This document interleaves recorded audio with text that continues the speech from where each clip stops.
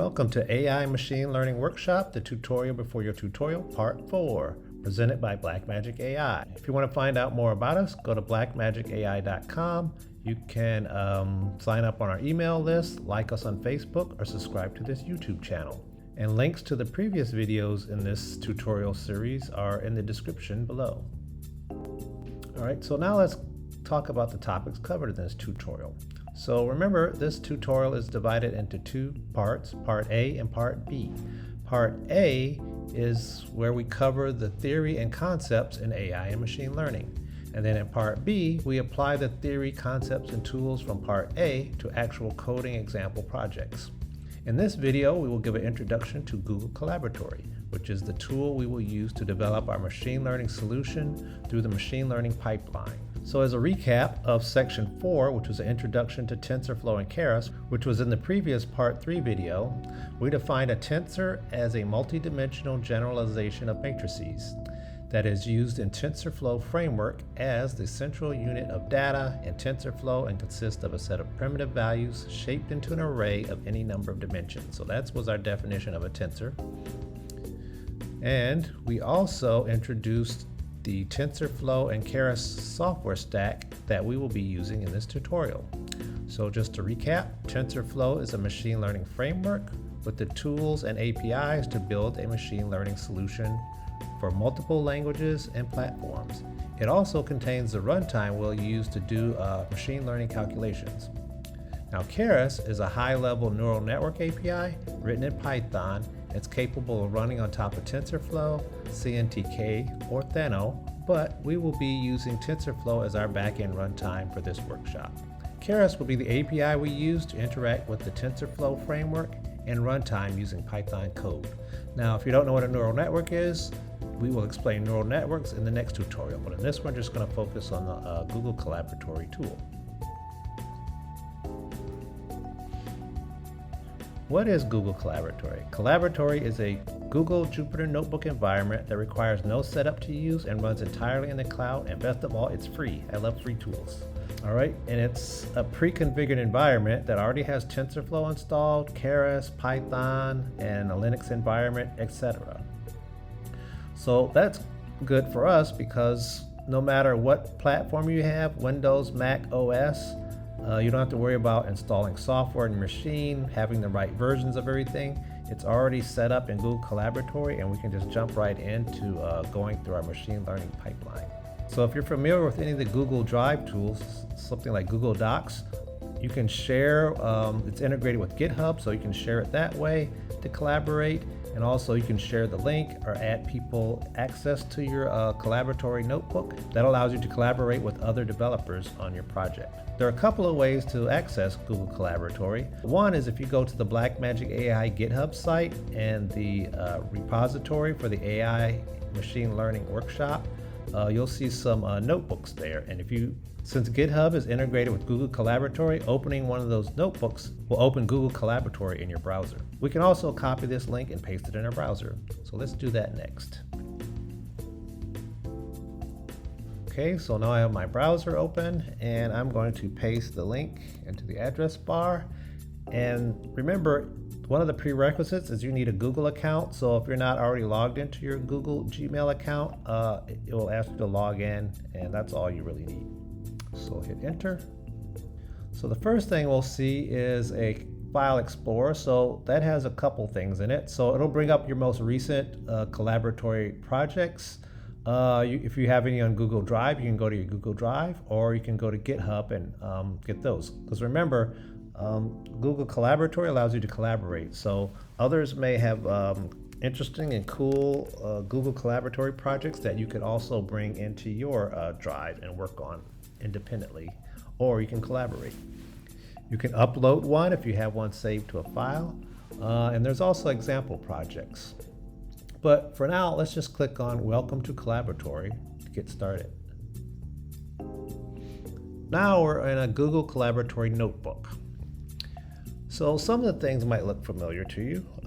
So remember, this is an online development environment to build each phase of our machine learning pipeline solution in an interactive, runnable Jupyter notebook using Python. So that's what we're going to use this tool for. It has collaboration features similar to editing Google Docs with a team or other document editors, and it's integrated with GitHub, which allows you to share and version control your work. All right, so let's go on a quick tour of the user interface. So here you see our notebook file name. So if we want to change that and rename our notebook, we can. That's where we rename it there. So similar to any like Google Doc you may be familiar working with. Then we have our familiar menu bar. So a couple of things to notice there is the main points are file. We can create a new notebook. We can open a notebook, or we can upload one. So maybe we have one saved. Now, the other thing is we can also save a copy in GitHub. Like I said, Google Colaboratory is integrated with GitHub, so we can also version control our work. And you'll be using some of the Blackmagic AI GitHub notebooks in this workshop. The next thing is, let's look at the runtime. So if you remember in the previous video about TensorFlow and Keras, we mentioned the runtime. So this is where you will see those settings. So if you want to change the runtime type, you can look here and we can pick those GPUs or TPUs we talked about, depending on what type of performance you need from the underlying hardware. But for now, we won't need that much computing power, so we'll just keep it as none for now. Cancel that, but that's where you can change it. There's some other options which will become available as we start editing in our Jupyter Notebook. But one thing is we can run the code. We can run code before a certain point. We can run code on our selected section, or we can have all the code run after a certain point. So as you see now, we are not connected to any runtime, but if you go here, you'll see a connect drop down, and then we can say connect to the hosted runtime. So that's the option we want right now. Click that. That means we're going to connect to that Linux machine. So here it shows you like some information about that environment we have. That shows you how much RAM you have left and how much disk space you have. So once you see this green check mark, you know you're connected to a runtime environment. We're all set there. The next thing to notice is this cell workspace area. Google Collaboratory divides our workflow into something called cells. So there's two different types of cells. There's a code cell and then there's a text cell. So the code cell is where we can run system commands. We can check our Python and TensorFlow versions. It has an output area and we can clear the output, and we can collapse the cell and we can run Python code in code cells. The text cell you can use for documenting your notebook. So remember, this is a collaboration tool, so you'll want to provide lots of documentation for your code that's in the code cells. The text cells can be edited using Markdown. So if you're familiar with like doing GitHub READMEs, it's the same Markdown that you use there. So those still apply. And then we can add headings. Now, as you add headings to your text cell, that becomes your table of contents left navigation bar. So if you click here, this first like icon, this is your table of contents. All the text cells that have heading markdowns will show here. This allows you to organize notebook and easily navigate between different sections in your notebook. So another thing you might want to see is we have the table of contents in this section, find and replace. So if you want to search something throughout your notebook, you can do that here. And then we have code snippets. So with the code snippets section, you can search through a library of pre-written code that has the functionality you might want to use in your notebook project. This will help you from reinventing the wheels to do what you want to do already. And then if we click on the file section, this allows us to see our environment file system. So if you see here, we have some disk space here. So it already comes with some sample machine learning data and a README. So if you want to get started and play around, you can use some of this sample data for some of your machine learning projects as you complete this tutorial. So this is the introduction. Welcome to Collaboratory. But let's start from scratch and create a new notebook. So I'm just going to go here, File, New Notebook.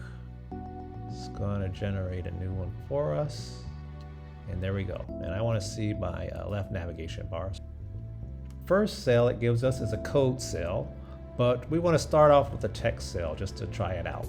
So there's a couple ways you can create a text cell. So remember, these cells are divided into text and code, and we use the text to document our notebook, and the code actually has the Python code that we want to run or some kind of system commands. So I can go here, click the add text cell, or I can hover above the cell that I'm in and click code or text cell, and that will add it above my current cell. Or if I hover below, I can add it after the current cell. So I want a text cell before this current cell, so I'm going to click text cell there. Now you have to edit. So you can double click or enter to edit. So I'm going to click enter. So now I'm in the editor. So remember, this is Markdown. We've created a text cell. We've entered edit mode. Now let's type what we want. So I want to type version info. So this is what this particular notebook is going to be doing. I want this to be bold. So I'm going to click the bold. So it has a little toolbar for you with tools to do common Markdown tasks. But also, I want this to be a heading. So you can see here my table of contents is empty. But if I click on the toggle heading, now it has a heading in my table of content. This is a simple notebook, so there's not much to it. But as you get more complex projects and you have dozens of cells, this table of contents comes in handy as far as like how you organize and helps you navigate to different parts in your notebook quickly. And also you see here, this is the actual Markdown section. And then on this right-hand side, it gives you like the preview. And let's go to our code cell. So we have a code cell already here. So here is where we want to write our Python code. So the first thing you usually have in your Python program is some import statements. So remember, the import statements bring in libraries which have additional functionality that you might want to use in your program. So I'm going to import TensorFlow.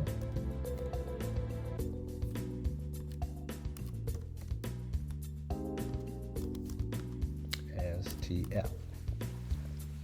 So this import says I want to take an external library, the TensorFlow, that's its name, and I want to rename it with an alias. So now whenever I want to refer to any functions in this TensorFlow library, I will use TF, and that represents the TensorFlow library. So that's what the as does. It just creates an alias for TensorFlow. So I don't have to write out TensorFlow every time I can just write TF dot whatever function I want. All right, now this is just writing the code. Now to run the code, you actually have to hit this little run icon. So let's run it. And that runs the code for you. So remember, this environment is pre-made. So TensorFlow has already been installed on our system, and we don't have to worry about installing it or all the dependencies it needs, etc. So it's already set up for us. So that's the benefit of using this tool. The next thing I want is to do another code cell. And in this other code cell, I want to show you how you can run shell commands. The one thing I might want to know is what version of Python is my environment using. So maybe you want to use a different version, you can also do that. So in order to run the shell command, I need an exclamation point, and then I just type my shell command. So I'm going to do Python -- version. So remember, that's how we find the version of Python we're using. So the exclamation point means I'm not interactively running Python code. This means I want to run a shell command from this environment. Now remember, we type that, but nothing happens until we run it. So let's run it. See, we get a little output area. If you run some code in a code cell and it has any kind of output associated with it, it will appear in the output area within the cell. So each cell has its own output area. So we are running Python 3.6.9, so that's good. This is another benefit of the tool. We all are working with the same versions of the tools we need to do our workshop. I want to run another Python command. So I can run it, I can create another cell, but I can also run another Python command in this same cell. I want to print out the TensorFlow version we are using. So we've imported TensorFlow in our Python code, so we can continue our Python code in another cell or within the same cell. In this case, I don't have exclamation point, so this is actually going to be a Python command. I want to print, let's see, I'm going to put the little label here, TensorFlow version. And then I want to concatenate to that. There's my TF again. So remember, TF is my alias for TensorFlow. When I do the dot operator, that means I can access functions and features available in the TensorFlow library. TF is the alias for the TensorFlow library. And now I want to find the version command. Let's see. Oh, there it is. Okay. And also remember, it has code assist and inline documentation. So that's always good. This is my actual Python command. I'm going to run both at the same time. So here we have our Python version from our shell command on line 1 in this cell. And then we have our TensorFlow version, which is the Python code that we wrote to print out the version of TensorFlow that we imported in the previous cell. Normally keep my cells consistent. I'll just have either shell commands or all Python commands in a particular cell. But in this case, I'm just showing that you can mix them up if you want. Let's create another code cell. You can clear your output. As your notebooks get more complicated, you'll have all these outputs and it'll make your notebook kind of messy and confusing. So you can just clear that. Or if you want to, you can go to Edit, Clear All Outputs, and that'll clear all the outputs in all the cells in your notebook. So that's a quick way to just like clean it up like in one command. Let's create another code cell. Now I want to run a shell command to list the directory. So first I have to put the exclamation point in my code cell, and then the shell command that I want to use. So the ls-l will give us a pretty list of our file directory. Now remember, you have to run the cell, so we have to click the run cell icon for the cell to work. I'm in the root level, and there's a sample data directory, so make sure that's correct. You can also click on the files area here, so you can see, we can also see our file structure here. This is just an example showing some of how you can run shell commands. So you can also CD to other directories, you can move around, you can modify files and things like that. So to recap, we have Google Colaboratory, allows us to interactively go through our machine learning pipeline solution by organizing our project into cells. So we can have text cells, which we can use for documentation, and code cells, which we can enter Python code and run it, or we can interactively run shell commands. So that's just an overview of Google Colaboratory now. So as we get into part B, where we actually start working on our coding projects, we'll have more exposure to this tool and use some additional features. And that concludes this video. And once again, you can go to blackmagicai.com, like us on Facebook, subscribe to our email list on the website. You can also subscribe to our YouTube channel, so you'll be notified when additional videos in this series are posted. All right, thank you for watching.